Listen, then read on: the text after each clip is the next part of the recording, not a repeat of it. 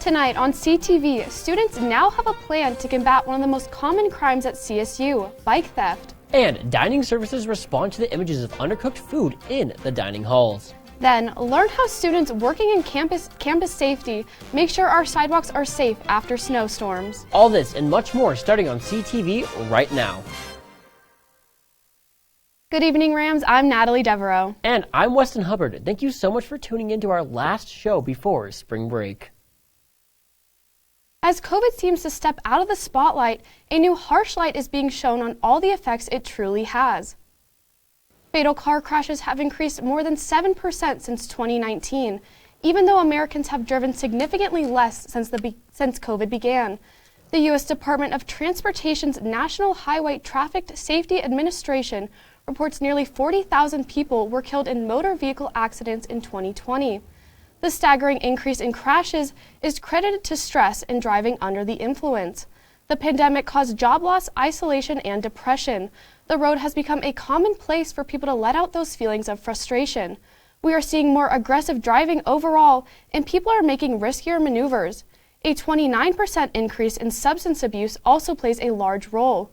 More and more accidents are now being attributed to impaired driving. Around the world, countries are experiencing a massive spike in gas prices due to a multitude of reasons. So, Fort Collins residents looking for another mode of transportation, the answer may be simpler than you think. Rising gas prices are a concern for many, but especially college students living in a small town such as Fort Collins. And for many, a car might be the only way they currently have to actually navigate around Fort Collins. Luckily, there is a possible solution, one that Colorado State University and Fort Collins have been helping to create for quite some time. So Fort Collins is a platinum certified city for biking, and so we've got really great infrastructure for getting around town. It's very safe. That was Matt, one of the employees who works at the on-campus bike repair shop, The Spoke. And if you're looking for advice on that alternate form of transportation, the team at The Spoke are just the right guys to talk to. So especially around Fort Collins, there's a lot of good bike shops that have great starter entry-level bikes. You don't need to wait in traffic. It's like $20 to fix instead of $350 each repair. They're more fun. The Spoke offers repairs and education on bikes and promotes safe riding. Another added benefit to riding a bike comes in the form of your health.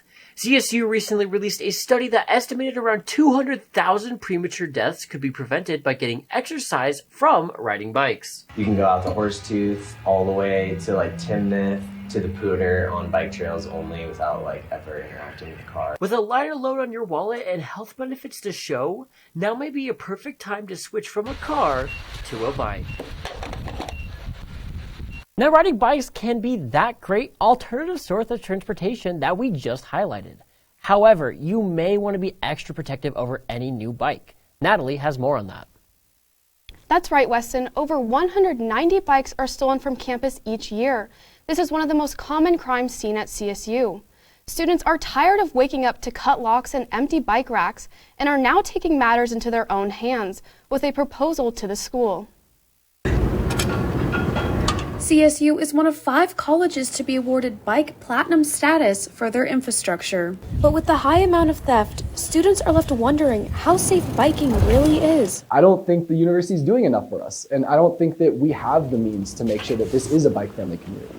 After a parent complaint about stolen property, ASCSU decided to take action and present a plan to the Alternative Transportation Fee Advisory Board. For this year, we are looking at getting students ULOCs, educating them on registration, why it's important, and how to properly lock their bikes, because that's one of the other issues. The last piece is those cameras as well. The hope is that supplying students with ULOCs and installing more cameras will deter criminals. Over the last 3 years, we've had a property loss of bicycles that have been stolen over $600,000.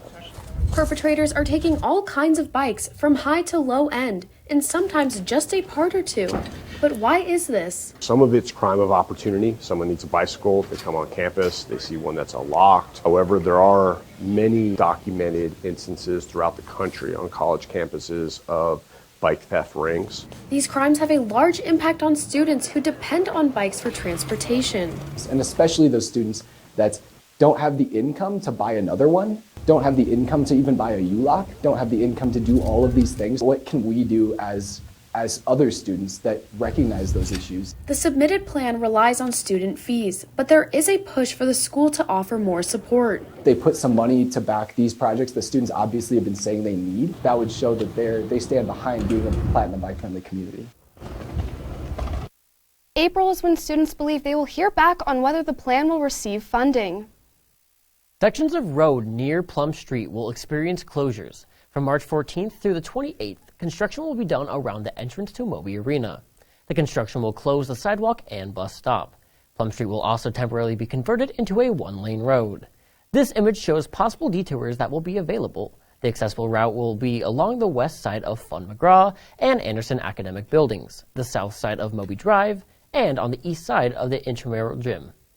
Students staying on campus over spring break and those returning after may need to think of another way to access Plum Street. If you're looking to grab a bite to eat in between classes, you may want to make sure the only cash you have is RAM cash. Several dining locations in the Student Center are now only accepting digital forms of payment, such as cards, Apple Pay, and RAM cash. Since the start of the pandemic, there has been a steady decrease in the use of paper money and coins. The LSC took notice of this and believes going cashless makes their services more efficient. Businesses say they are able to serve more students per hour and are now faster overall in operations. Going cashless also cuts out the cost of money handling services. However, if you find yourself with a pocket full of cash and nowhere to spend it, no need to worry. There are 12 deposit stations where students can exchange money for RAM cash or a RAM cash express card. Speaking of dining, students of CSU are a little concerned after images of undercooked chicken have appeared online over the last couple of weeks. Housing and Dining Services responded to these claims. Nutrition and Wellness Programs Manager Brittany Sly said there are currently no documented cases of foodborne illnesses or food poisoning related to undercooked chicken. She confirmed that the images released online were from a separate case in August 2021. Sly went on to assure students that dining services have rigorous safety procedures designed to minimize cross-contamination and make sure food is properly cooked. She also stated that the teams in charge of the food have a policy where they pull food after 30 minutes if they have not been eaten. However, the team still recommends reporting any concerns students may have about the condition of their food. This week, the condition of food is not the only thing that has students talking. Live reporter Gavin Wolf joined us live from outside on the plaza with more on how the campus safety team dealt with these odd weather conditions. Gavin?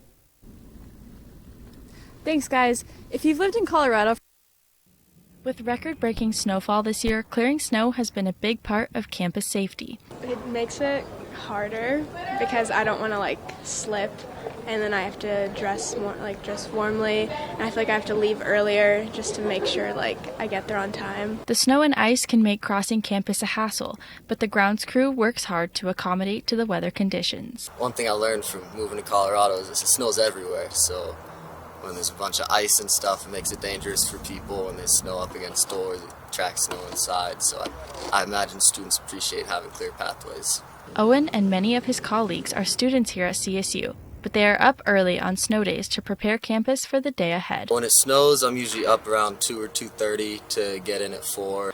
If it's only a little bit of snow, we might work till around 8 or 9, or depending on all of us have classes, but if there's a lot of snow and it's like a snow day, we'll work till everything's cleared.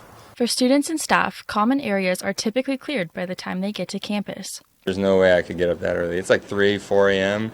and they're already shoveling, so it's well done. The snow can be a challenge, but it's the crew's teamwork that helps keep campus functioning. The main challenge is obviously getting up early and getting everybody there. But in terms of once we get there, we work pretty well together as a crew. Once we figured out our zones and learned them, everybody kind of does their thing and busts through pretty quickly. Excuse us, we are having some technical difficulties, but keeping up with this Colorado weather can be challenging. Luckily, it's the hard work of the CSU grounds crew that makes snowy days like today easier and safer for everyone. Back to you guys. Thanks, Gavin. Colorado weather definitely has a mind of its own. Oh, for sure, you could say that again. And up next to tell us what it's thinking for the weekend is Michelle Ellis. Stay tuned.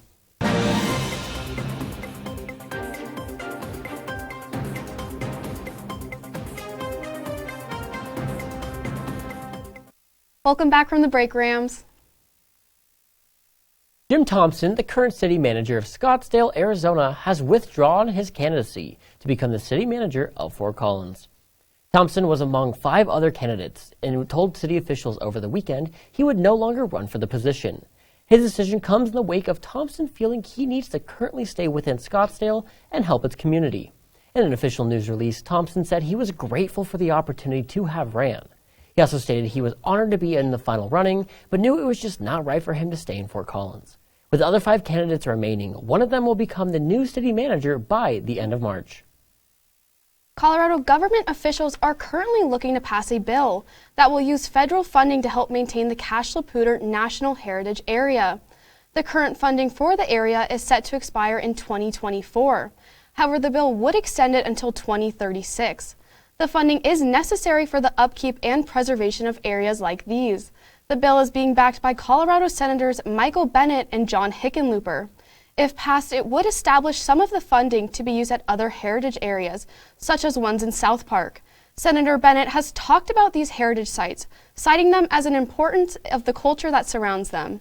Many grassroots organizers agree with the importance of the land and have been vocal in their support of the bill. Local Fort Collins eatery, the Fox and Crow Bistro, will be closing down permanently later this year. Tina Mooney, the owner of the bistro, confirmed this information earlier this week. The business has been open since 2014 and managed to survive as a small business during the COVID pandemic. However, the pandemic is partly the reason to blame for the business closing, but not due to any financial struggles that it may have caused. Instead, the pandemic allowed Mooney to rethink how she wanted to operate her business. This ultimately led to her decision, despite the financial success, to shut down the restaurant in July of this year. Mooney stated how grateful she was for the supporting customers, but she is ready to focus more on time with her family than her business. While this bistro may be closing, residents can now look forward to a new pizza place.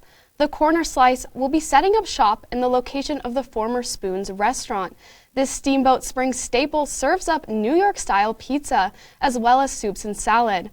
Those interested in getting a taste of East Coast cuisine will be able to this summer, when the business opens at 172 North College Avenue. And speaking of food one more time, restaurants in Fort Collins are taking steps to support their community by using food, but not quite in the way you might expect. Reporter Krista McAllister has more on this story. Illegal Pete's is one of the 45 restaurants that make the Great Plates Fundraiser so great.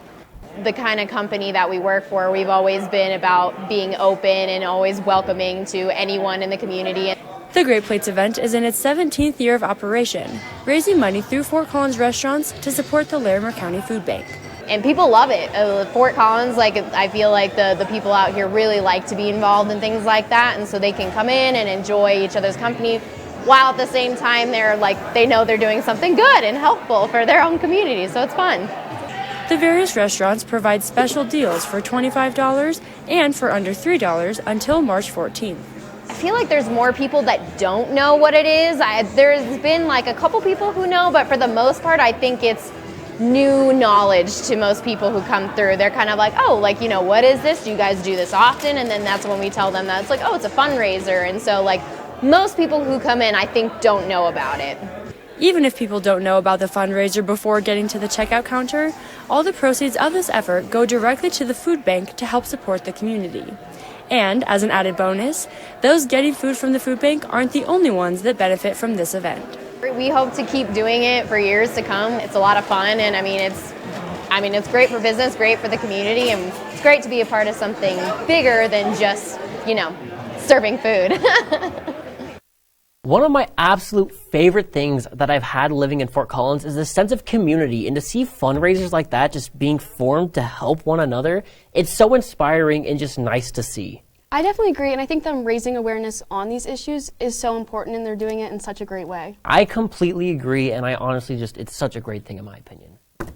Well, Rams, that is all the news we do have for you tonight. But don't go away. Ella Fredrickson is up next to bring you the latest updates from the Mountain West Tournament Championship. Stick around.